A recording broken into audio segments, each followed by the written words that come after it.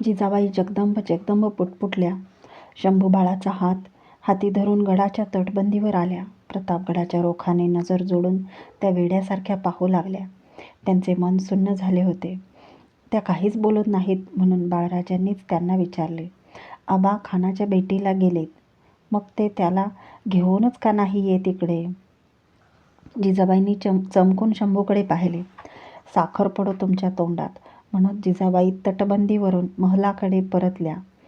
मावळतीला कलतीला लागलेल्या सूर्याने आभाळाचा पोटला फोडला होता. क्षितिजकडा लाल लाल झाली होती.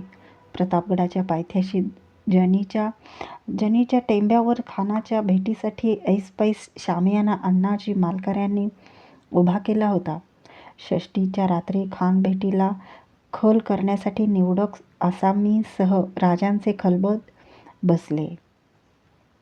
नेताजी पालकर, कान्होजी जेधे, मोरोपंत पिंगळे, येसाजी कंक, बाबाजी भोसले, बाळाजी सिलीमकर, पंताजी गोपीनाथ अशा आसामींनी राजांच्या भोवती बैठकीचा फेर धरला. साऱ्यांचे मळवट भंडाऱ्याने भरले होते. निर्धाराच्या सावध घोगऱ्या आवाजात राजांनी खलबताला तोंड फोडले. उदय खानाचे भेटीसाठी आम्ही 3ऱ्या प्रहरी गड उतरणार आहोत. खानाच्या मनी आम्हा जीवे मारावे ऐसे कपट दबा धरून बैसले आहे. ये समजतानी एकदिलाने हिंमत बांधली तर कुल फौजेसह खान बुडतोच आहे. आम्ही नेमून देतो आहोत ती कामगिरी अवघे कान देऊन चित्ती धरा. काही कसूर करू नका. मोरोपंत, तुमच्या पायदळीनिशी तुम्ही पारघाटात किनेश्वराच्या खोऱ्यावर डोळ्यात तेल ठेवून धब्याने बसा. कान्होजी बाबा, तुमच्या बांदलाचा जमाव आणि पासलकरांचे कोटबंद धारकरी घेऊन तुम्ही अण्णाजी दत्तो समवेत खान येतो त्या वाटेभोवती अंगचोरीने जागा धरा. बाळाजी आणि हैबतराव तुमच्या हत्यारबंद मावळा खानाच्या पाराजवळच्या तळाला घेऊन रातोरात गर्दाव्यात पेरा. बाबाजीराजे तुमच्या पावलोक वाई जवळीच्या बगलेस खानाच्या फौजेच्या पिछाडीला वाटा रोखण्यासाठी जागता ठेवा. नेताजीराव तुमचे खुर्चलाख घोडदळ कुडसराच्या पठारावर जैन तयार ठेवा. खानाचा वाईट ठाण झालेला चंदावलीच्या कुमकेचा तळ तुम्हास बुडवणे आहे. तानाजी, कृष्णाजी, कंक तुम्ही निवडक चखोट पटेकरी संगती घेऊन भेटीच्या शामियान्याजवळ करदंडीला धरून खणलेल्या चरात उतरा. संभाजी कावजी, जीव महाला, कोंडाजी आणि येसाजी काका, संभाजी करवर, काताजी इंगळे, विसाजी मुरुमकर, सुराजी काटके, सिद्दी इब्राहिम आणि कृष्णाजी गायकवाड हे 10 धारकरी आमच्या संगती गड उतरतील. जगदंबेच्या आशीर्वादे आम्ही खानास जीवे घेतला तर तटमाचीवर इशारतीसाठी तोफांच्या भांड्याचे 3 बार होतील. कमनशिबाने आम्हास दगा झालाच तर इशारतीची 5 भांडी वाचतील.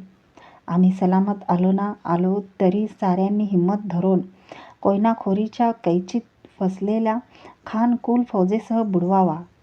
ये कामी कुचराई करेल, शक अंदेश मनी धरेल त्यास मळवटीच्या जगदंबेच्या भंडाऱ्याची आण. एक आम्ही जातो म्हणून दिल टाकू नका. हे श्रीचे देवधर्माचे राज्य उभे करणे आहे. त्यासाठी प्रसंग पडला तर कैक शिवाजीराजे खर्ची घालावे लागतील. आम्ही सलामत आलो नाहीच तर आमच्या शंभूबाळांना सामोरे घाला. आमच्या ठाई त्यांना समजून नेताजीरावांच्या पोक्त मसलतीने अवघे मिळून श्रीच्या राज्यासाठी कस्त करा. आशीर्वादासाठी मासाहेबांचे हातबळ तुमच्या पाठीशी आहेच. जिजाऊंच्या आणि शंभूबाळाच्या आठवणीने राजांचा आवाज घोगरा झाला. काळीज भरून आले. प्रतापगडावरचे खलबत उठले. टेंब्याच्या मंद प्रकाशात राजांनी साऱ्यांची गळाभेट घेतली. नेताजीरावांनी पुढे होत खलबतखान्याच्या आतून तोंडावरच्या दगडी धोंडेवर कमरेच्या तलवारीच्या मुठेने 3 ठोके दिले. बाहेरून धोंड हटविण्यात आली. राजांना मोजरे करून सारे जोडून दिलेल्या कामगिरीचा विचार करीत गड उतरू लागले. त्यांना धीर द्यायला कपाळावर फक्त भवानीचा भंडारा होता. आभाळातील षष्टीची चंद्रकोर पांढऱ्या भुरक्या ढगांनी पार पार झाकळून टाकली होती. राजे आपल्या खाजगीच्या महलात आले. तबकात टोप उतरून ते मंचकावरच्या बिछातीवर आडवे झाले. शंकाकुशकांनी त्यांच्या मनात फेर धरला. खरोखरच खानानं या भेटीत काही दगात केला तर आमच्या या नवराज्याचं काय होईल? माँसाहेबांची कोण स्थिती होईल? आणि शंभूबाळ आपल्या आऊंना मुजरा करण्यासाठी आभाळाची दौड घेण्याची भाषा करणारा तो पोर आमच्यासाठी आऊसाहेबांना हैराण करील. आमचा ठाव ठिकाणा धुंडण्यासाठी एकटाच गड उतरील.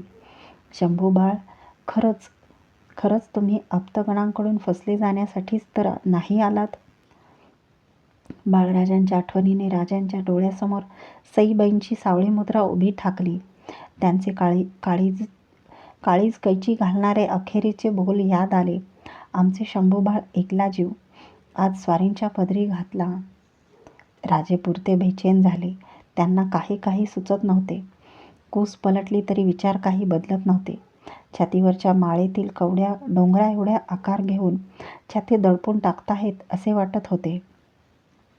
श्रींचे राज्य, देवाधर्माचे राज्य, त्यासाठी खर्ची पडलेले इमानबंद जीव, हयातीची होलपट हसतमुखाने सोशीत आलेल्या आऊसाहेब, जिंदगीच्या उंबरठ्यावरच निखाऱ्यांचा टोप मस्तकी बसलेले शंभूबाळ, घायाळ झालेले राजे कसल्या तरी विचाराने टाच भरल्यासारखे तडक उठून मंचकावर बसले. महालाच्या दरवाजापर्यंत जाऊन त्यांनी पहारेकऱ्याला साद घातली. कोण आहे? जी म्हणत पहारेकरी महालात आला आणि कमरेत वाकला. हिरोजीला याद फरमाव. राजांनी त्याला तसाच परतविला. त्याने धावत जाऊन हिरोजीला वर्दी दिली. हिरोजी फर्जंद राजांच्या समोर मुजरा करून अदबीने उभा राहिला. हिरोजी, डोळ्यास डोळा लागत नाही. केदारेश्वराचं दर्शन घ्यावं म्हणतो. आमच्या संगती चल. जी म्हणत हिरोजी महालाबाहेर पडला. पुढे जाऊन त्याने केदारेश्वराच्या पुजाऱ्याला उठविले. राजांनी अंगाभोवती शाल लपेटून घेतली. टेंभे धरलेले 2 धारकरी बेलपत्राचे तबक घेतलेल्या केदारेश्वराचा पुजारी आणि हिरोजी फर्जंद यांच्यासह राजे केदारेश्वराच्या दर्शनाला चालले. मध्यरात्र जवळ आली होती. चंद्रकोरीने फेकलेले धुसर चांदणे गडावर उतरले होते. दूरवर खानाच्या गोटात पेटलेल्या आकट्या कोयनाखोरी दिसत होत्या. सारेजण केदारेश्वराच्या मंदिरासमोर आले. मंदिराच्या गाभाऱ्यात ठाणवयांच्या शांत प्रकाश पहाऱ्यात शिवलिंग तळपत होते. राजांनी पायीच्या मोजड्या उतरल्या. मंदिरात प्रवेश करण्यापूर्वी दरवाजाच्या उंबरठ्याला हात लावण्यासाठी राजे खाली वाकले. त्या दगडी उंबरठ्यावर दोन्ही बाजूंना 9 पाकळ्यांची 2 डौलदार धर्मचक्रे कोरली होती. त्या 2 धर्मचक्राच्या थेट मधोमध येईल असे जबडा पसरलेल्या वाघाचे चैतन्यमय मुख कोरले होते. राजे हरपले भानाने ते व्याघ्रमुख एक नजर पाहू लागले. आपल्या पाठकण्यात काहीतरी सळसळते आहे. उरात काहीतरी ठासून भरले जाते आहे असा त्यांना भास झाला. राजांच्या मस्तकाची पागा खुलली. क्षणभरात विचारांची कैक पांढरघोड घोडी धावणी धरून गेली. व्याघ्रमुख, व्याघ्रसनी, रणमर्दिनी जगदंबा, एक पंजा पुढं टाकीत येणार रोखल्या नजरेचं व्याघ्रवाहन, त्याच्या पाठीवर आरूढ झालेल्या शस्त्रसंभार उगारलेली आरक्त नेत्रांची रणदेवता भवानी, वाघाच्या उगारलेल्या पंजाबरोबर गरगर फिरणारं धर्मचक्र, व्याघ्रमुख उगारलेला पंजा, शस्त्र रोखलेली भवानी, गरगर फिरणारं धर्मचक्र आणि ते रोखण्यासाठी दात ओठ खाऊन बाह्य सरसावत येणारा खान. राजांची गर्दन क्षणात नागफण्यासारखी ताठ झाली. त्यांचे विस्फारलेले सूर्यपेट डोळे पुरते पेटून उठले. डोळ्यासमोर वाघाचा उगारलेला पंजा नाचत होता. झपाझप चालत राजे मंदिर गाभाऱ्यात गेले. पुजाऱ्याने पुढे केलेल्या तबकातील बेलपत्रांचे ओंजळ त्यांनी आकाशाने तारका उधळाव्यात तशी शिवलिंगावर उधळली. हात जोडून डोळे मिटून ते गाभारात घुमवीत बोलले, जय शंभू, हर हर, जय जय भवानी. राजांना कसला तरी ठेवणीचा कौल मिळाला होता. शिवलिंगावरचे अभिषेक पात्र एकसरीत जलवर्षाव करीतच होते.